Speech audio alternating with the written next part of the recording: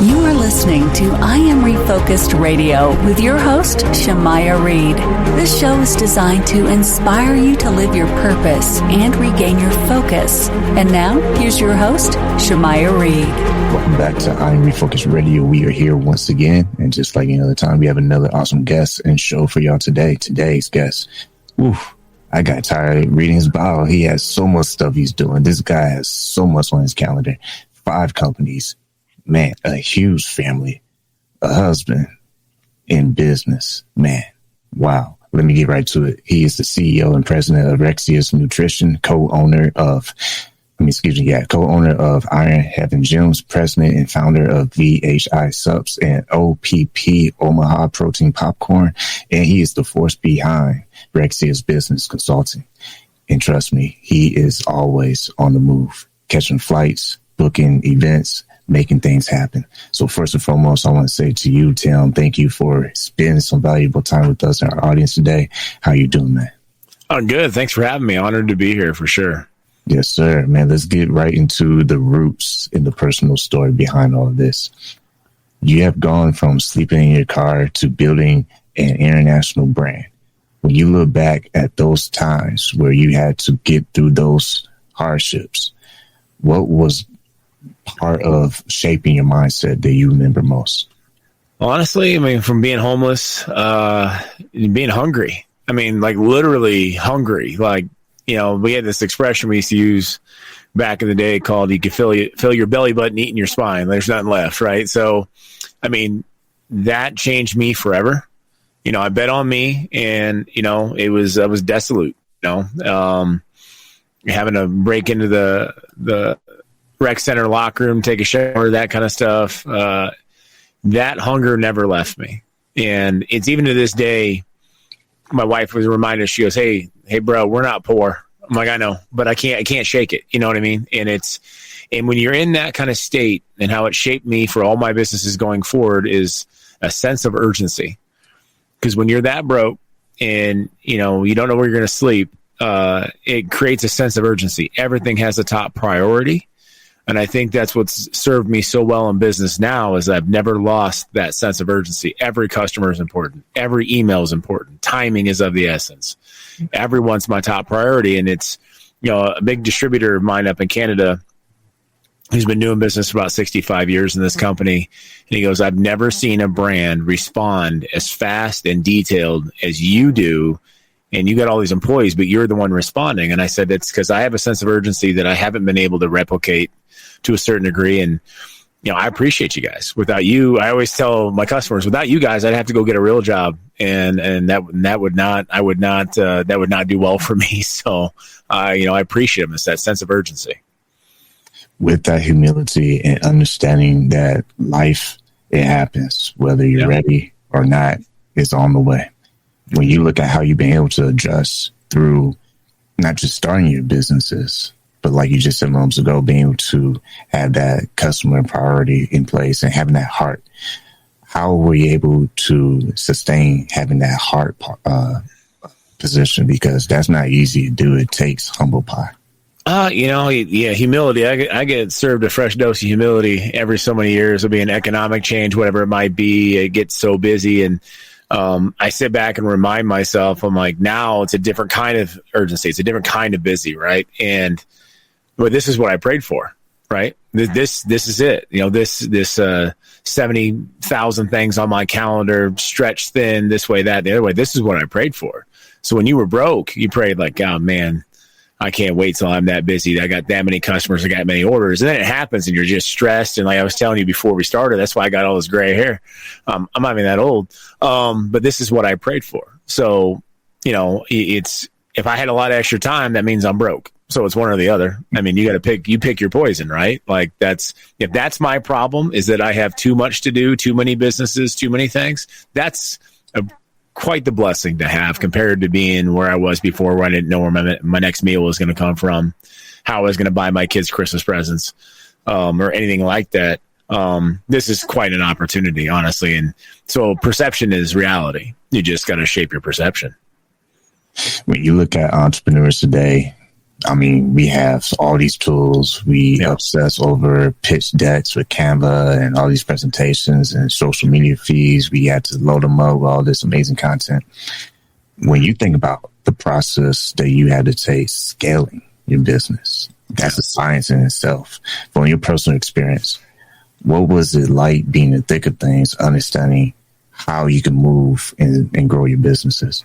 Well, and it's still to this day, it's the most important thing. My ability to very quickly cultivate a relationship and make an impact on a personal level is my weight in gold. And the pitch decks and the crowdfunding and all, I mean, I get asked all the time when I speak. I got high school speech next week in front of 1,200 kids. And they bring all this up because that's what they're saying. That's what's trending. That's what's on, the TikToks and the Reels and the YouTube. I'm like, those are all great tools. You guys get to have that I didn't. That's awesome. But none of those tools will ever come close, even in the same ballpark, as my ability to meet somebody, shake a hand, and convince them that I'm a good guy to do business with. And that old school principle works, especially more now than ever, because so many people rely on pitch decks and fancy video and all these technological things, which there's a place to mend them both. And that's where I think I've done really well is, taking the technology and using it to my advantage, but to amplify my, old school homegrown approach of, hey, yeah, I've got these tools here, but let me tell you about me. Let me tell you why we're going to do this. And let me tell you why loyalty for me is above all else. And by doing that, I've been able to scale tremendously beyond most companies that I've competed against with significantly smaller budgets, because I understood the most invaluable thing is if they like me and I help them get paid, we're going to do business. And then that spreads. And that's really where it's all stemmed from. It's just sticking back to that old school principle. Like, I'm a man of my word. What I say, I'll do. You want a contract? Cool. We can write one. If not, my handshake is as good as gold and I won't violate it. Once again, listen to Refocus Radio, talking to our guest today, Tim Rexius. Go to his website, timrexius.com. My next question for you is, you're in international world, business. Your businesses are global. What's one lesson that you've been able to learn with the process of being able to be ready in the moment? Because and it's international has been so much fun, and it was so scary before I got into it, honestly. But it's you look at all of social media in the world as a big cocktail party. And if you shrink everything down to something that you can wrap your mind around, and let's say you walk into a big room and it's thousands of people and it's a cocktail party. Everyone's sitting at little tables. They're standing up. They got their own conversations, and all you have to do is go jump in the conversation and have genuine content, genuine, intentions towards everyone, just to hop in the conversation and put your 2 cents in and help people. And literally that's how I grew the Omaha Protein Popcorn Company into 14 countries before I ever even ran a single paid ad. And it's funny that I've learned over the last several years, traveling abroad, going to Dubai, meeting the Middle Eastern business owners. I was scared at first because I was like, man, I don't want to start an international incident and say something dumb. And I want to be respectful of the culture too. And realizing they're just like you and I. They're no different. They're family men, they're family women, and we have a lot more in like than we do that separates us. And they have their perceptions of American business owners, and I have my perceptions. Like the popcorn company, for instance, the protein popcorn. I thought popcorn was an American thing. Nope. Popcorn is the number one confectionery snack item in the world. I didn't know. I went to Dubai and I explained popcorn, and they're looking at me like I'm nuts. They're like, you do realize the Crown Prince here owns the popcorn manufacturing facility in Dubai? I'm like, oh, y'all have a popcorn. I thought corn was just American. So I just, a piece of humble pie, right? But the cool thing is that, like what you and I are doing right now, we're Zooming, right? We're having video chat. That allows me to take that ability to cultivate a relationship and shake a hand on a global level without having to hop a flight all the time. And so I just was bodacious enough to look up different accounts in different areas and put a very nice greeting out to the point and hop on a call. And the cool thing is about international businesses is that they're all 3rd, 4th, and 5th generation family businesses. They don't change jobs in other countries like we do here in the United States. Everyone works the same place their dad or their granddad worked. And once you realize as an owner, you're willing to take the time and reach out to them, cultivate a relationship, you do business, it's a handshake and it's done.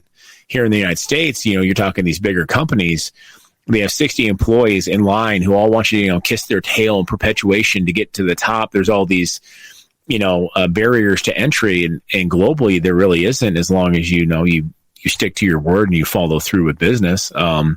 It's been fun, and it's been honestly an honor to represent the United States in these Made in America initiatives, in realizing that the perception I thought from watching the news of what other countries thought of us is just absolutely untrue. They love Americans. They love American products. They don't like American politicians. I'm like, well, hey, neither do we. So we have more in common than you think we do. And it was fun. Like, we're making our bags, our protein popcorn bags, now in French, Arabic, Spanish, and Mandarin for all the countries we're in. And, when I was designing the Arabic bags, for instance, they wanted, we had the Made in America on the back with a little flag. We got one right here. It's got a little Made in America on the back of the bag. They wanted it bigger. They wanted it full color, and they wanted it on the front of the bag. And I'm like, really? They go, yeah. If it's American, people love it. I'm like, cool. I mean, what a cool, warming thing you get to hear versus what we get to see on our news and how the perception is. And it honestly warmed my heart quite a bit. And now that I've got so many friends and business acquaintances across the globe, and realizing that, we are all so much more alike than we are apart. And that's just kind of awesome. After being on this planet for this many years, realizing that, it's a lot smaller than we think it is. I love this conversation. My next question is, you are also a father, super busy. Yeah. So when you look at raising your kids, when it comes to cutting the fluff, what they see on social media or what they hear at school, what are some of the things that you're trying to instill in their young minds so that it will benefit them when they get older? I make my kids part of everything. I got this from an old pastor at church. You always get the best stuff at church, and he told me, you should have a sit down with, because I was having this struggle where the businesses are pulling in one direction, and I don't want to be less of a parent or less of a husband either.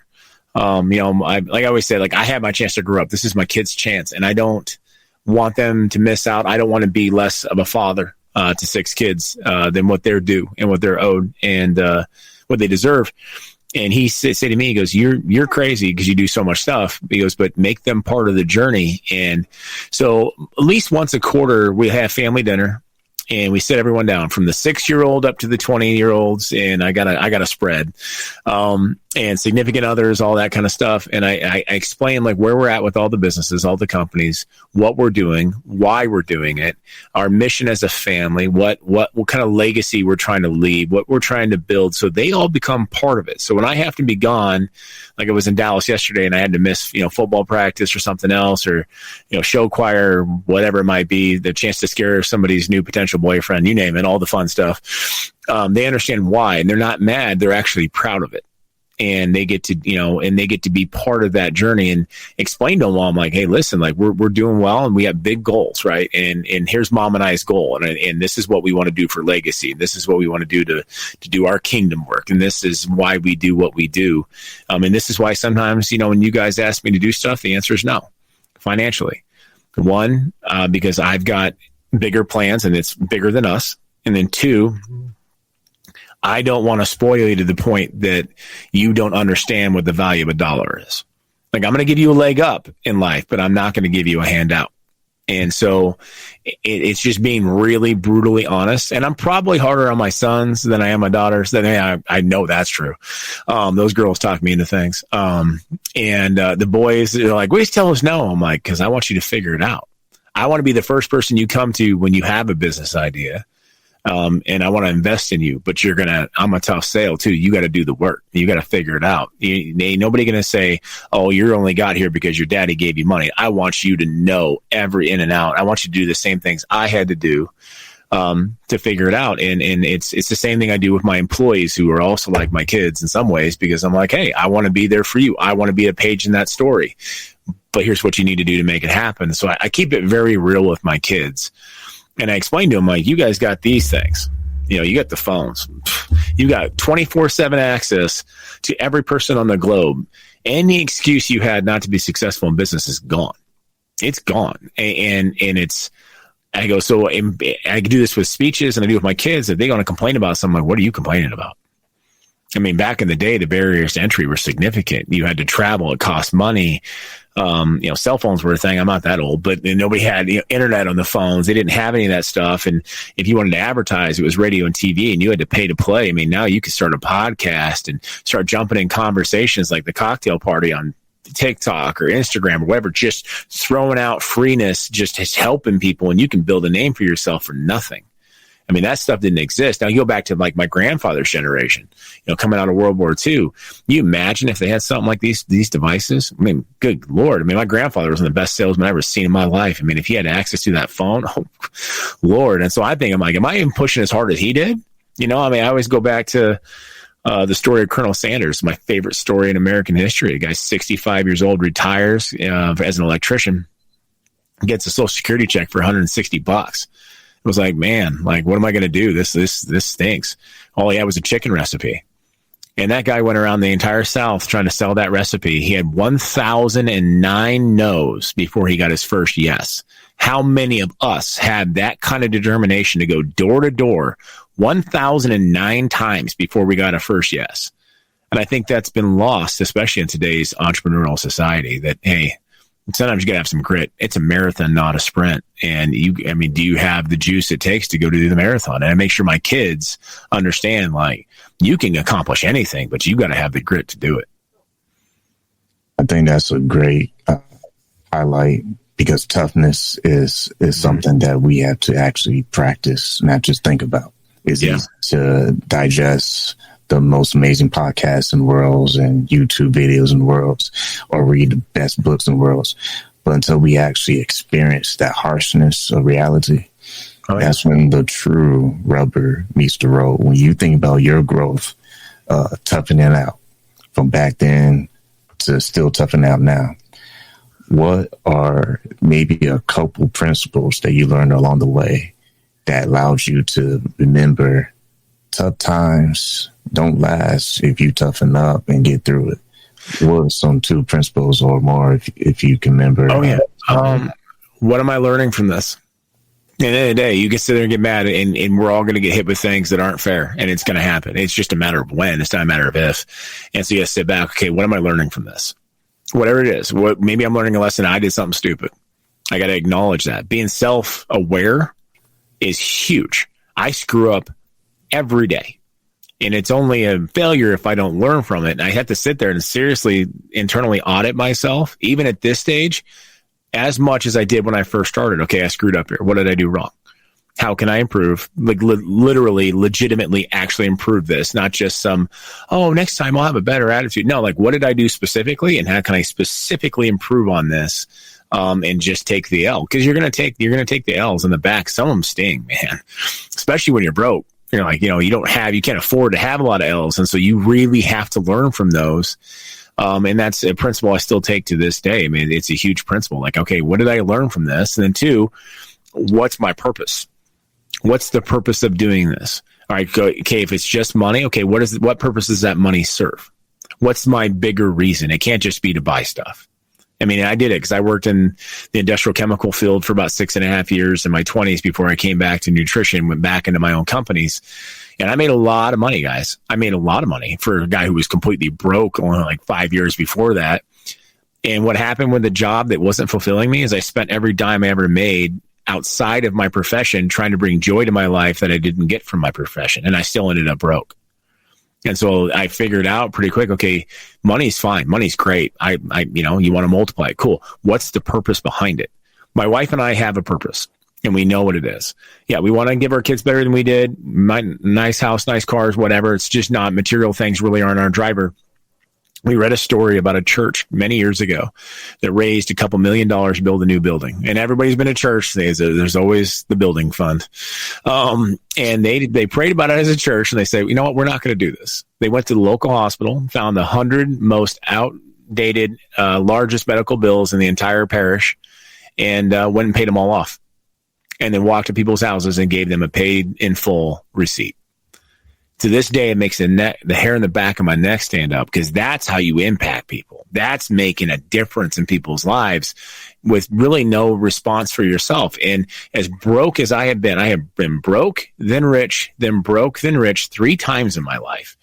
And all I needed was an opportunity half the time. And so my goal is, as we build, is to be that opportunity for other people. That's our purpose. My kids understand it, that, if I sell the popcorn company for, say $200 million, they're not getting it.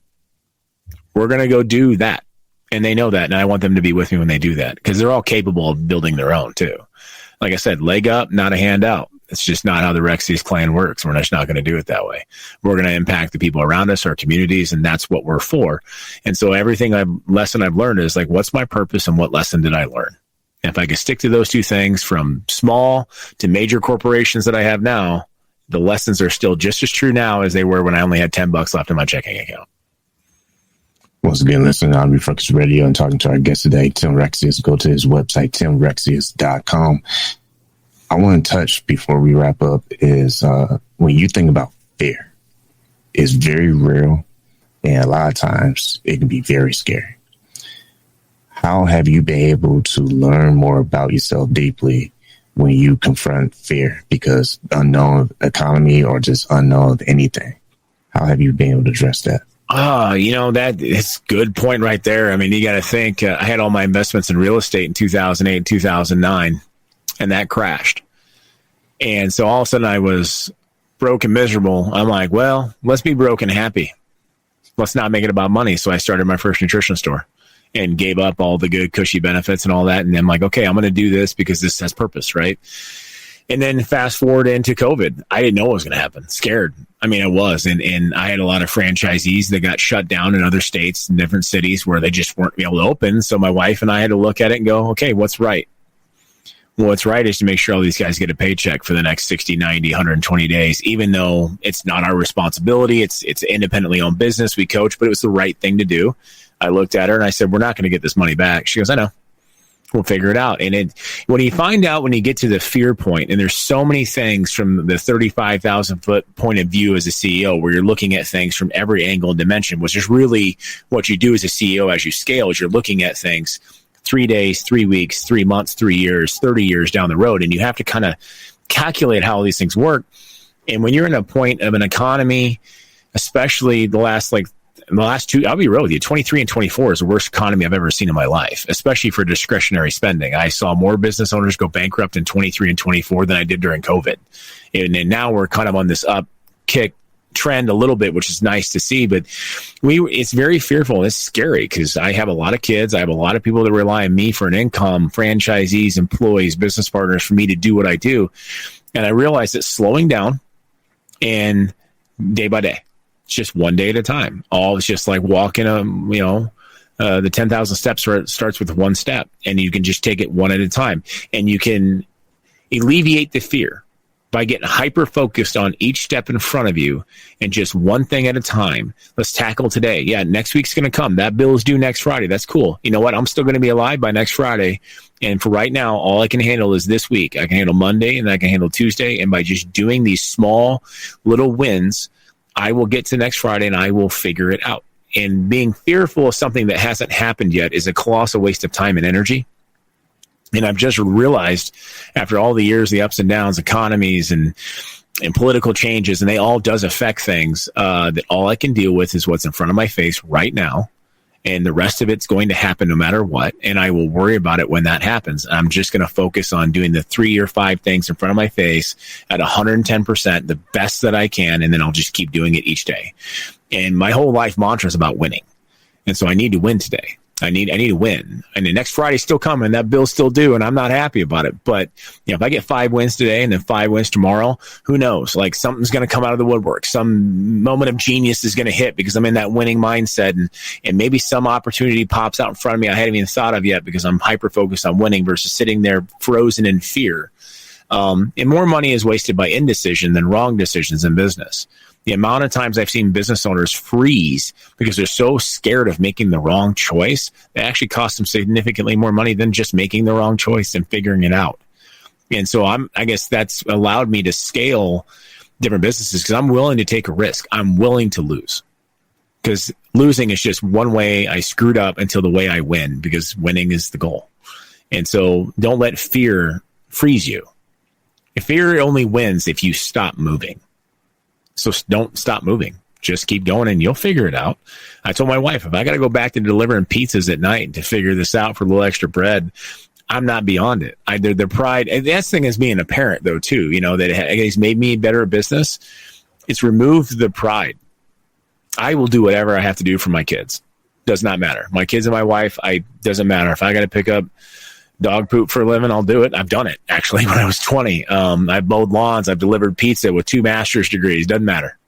I'll do what I have to do to put bread on the table, and it is what it is. And you'll find if you guys research some of the most successful people in the world, and they get asked that question, what happens if it all went bankrupt tomorrow? They go, here's what I would do. They immediately know the first 3 things they're going to do. So do I. I can work. I've got business acumen. I've learned this. I'll just go back to work. I'll find a new method and mode, and I'm just going to go. Sitting on my hands being fearful doesn't create anything productive whatsoever.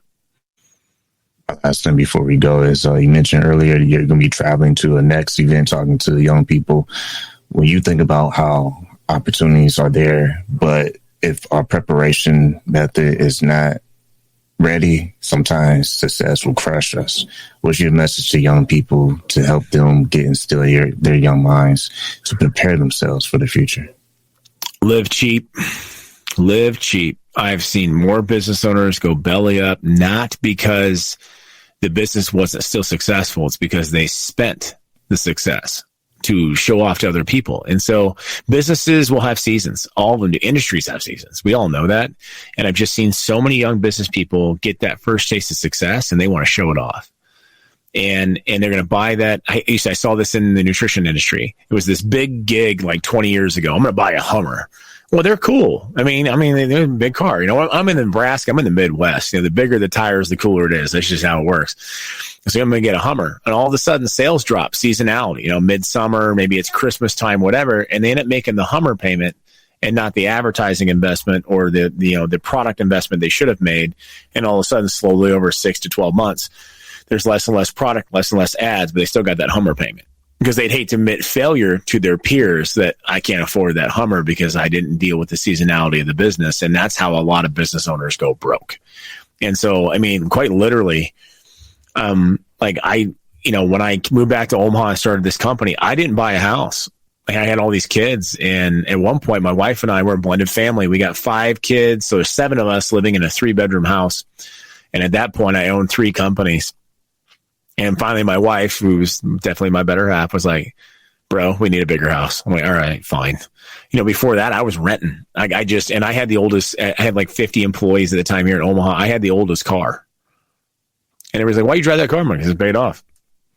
And the point you get to this point in success in business where you realize that you're chasing legacy and not keeping up with the Joneses. And once you get to that spot, it's beautiful. You know, my dad told me, my stepdad, he goes, wait till you get in your 40s. I'm like, why? He goes, because that meter that you care what other people think just continuously drops. And somewhere in the 40s, all of a sudden it hits 0. And here I am, 44 years old, and I'm like, oh, I get it. I don't care. I don't. I'm on a different mission now. And I spent a lot of time in my 20s and 30s caring what other people thought for a while. And then as I got older, I'm like, I don't care. I care what my kids look at me. You know, I care how my wife looks at me. I care how my creator looks at me. I care how my business partners and my employees know that I'm willing to go to bat for them. That I care about. What random Joe or Karen on the street or the internet thinks, I really don't care. It's funny because we have a marketing company that's helping us with the popcorn globally because we're in so many languages. And they're like, so negative comments, what do you want to do? Delete them. They go, why? I can just delete. Well, it ruins the algorithm. Don't care. I'm not giving somebody 2 seconds of my time. It's going to take away my positive energy and make them famous on my behest. I'm not dealing with it. I'm not going to waste 2 seconds because, you know, it's just like everybody. We worry about what other people think. We don't pay attention to the 1,000 good reviews. We focus on that one bad one and we let it affect us. And this beautiful thing of the gray hair power, as I like to call it, I don't care.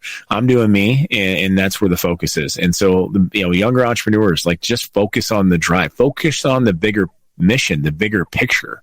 Quit worrying about what your high school classmates, your college classmates did. Who cares? Who cares what your ex did? Just focus. There's got to be a bigger mission at play. And if you keep that in focus and realize the ups and downs are going to happen, you live cheap, you'll be able to do things you could imagine. There's an expression, and I love this. Live like no one else is willing to live now, so later you can live like no one else can. And if you stick to that, you'll be at the point where I'm at right now, where I'm able to do things that a lot of my peers can't do. But they all had way nicer houses, way nicer cars than I did for the past 20 years. And it's not like, I'm not talking for 3, I'm talking 20 kids. I'm talking for your 20s into your 40s. Live cheap, live poor. And my wife, thank God, she's there to remind me that I'm not poor. And now I'm able, I'm doing a show in Playa del Carmen, Mexico in December. And I got a big family, and I got a son-in-law now. I got a grandbaby. Everyone's got significant others, except for my younger kids, obviously. So I have to book 12 flights to Playa del Carmen and, get 5 hotel rooms which 10 years ago, 15 years, I never could have afforded that. And now my family gets to be part of that show. And because for the first 20 years, I didn't take the big vacations. I didn't have the nice car. I didn't do any of that stuff. And because I didn't, and I was willing to not care, now I can do stuff that most people can't dream of. So keep eye on the prize. Once again, been watching and listening to us on Refocus Radio. Go to our guest website, Tim Rexius. Website is timrexius.com. Man, this was a great conversation. Like I always want to say to you, man, thank you for your time. Absolutely. Thank you so much for having me. I'm truly honored.